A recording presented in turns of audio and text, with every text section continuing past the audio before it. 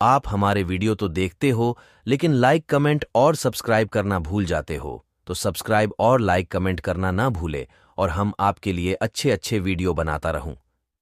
धन्यवाद। कई सालों पहले की बात है। एक गांव में युधिष्ठिर नाम का एक कुम्हार रहा करता था।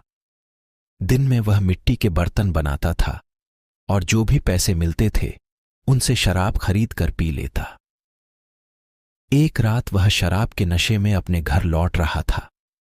वह इतना नशे में था कि ठीक से चल भी नहीं पा रहा था। अचानक उसका पैर लढखधाया और वह जमीन पर गिर पद्धा। जमीन पर कांच के टुकड़े पद्धे थे, जिनमें से एक टुकड़ा उसके माथे में घुस गया। उसके माथे से खून बहने लगा। इसके बाद कुम्हार किसी तरह उठा और अपने घर की ओर चल दिया। अगले दिन जब उसे होश आया तो वह वैद्य के पास गया और पट्टी करवाकर दवाई ली।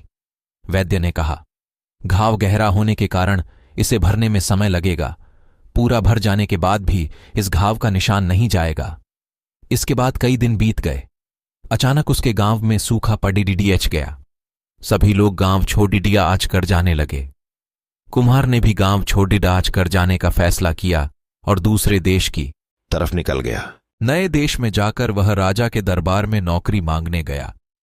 वहां राजा ने उसके माथे पर चोट का निशान देखा और सोचा, यह जरूर कोई पराक्रमी योद्धा होगा और दुश्मन से लड़ते समय इसके माथे पर चोट लगी होगी। यह सोचकर राजा ने उसे अपने दरबार में एक खास जगह दे दी और उस पर विशेष ध्यान देने लगे।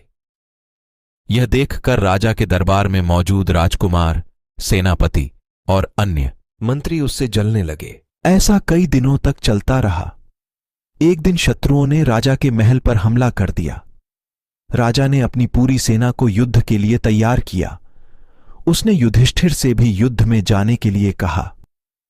युधिष्ठिर जब युद्ध भूमि की तरफ जा रहा था तो राजा ने उससे पूछा कि उसके माथे पर यह चोट किस युद्ध में लगी। इस पर कुम्हार ने सोचा कि अब वह राजा का भरोसा जीत चुका है और अब अगर वह राजा को सच बता देगा तो कोई समस्या नहीं होगी। यह सोचकर उसने राजा ने कहा, राजन, मैं कोई योद्धा नहीं हूं, मैं तो एक साधारण सा कुम्हार हूं।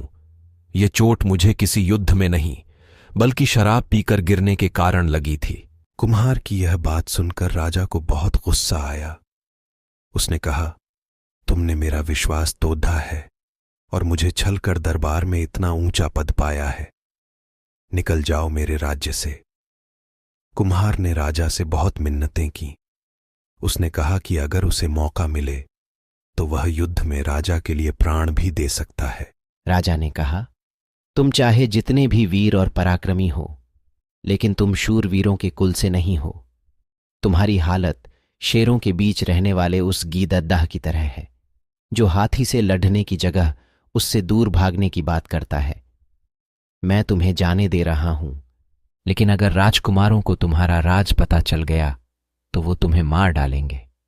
इसलिए कहता हूं कि अपनी जान बचाओ और भाग जाओ।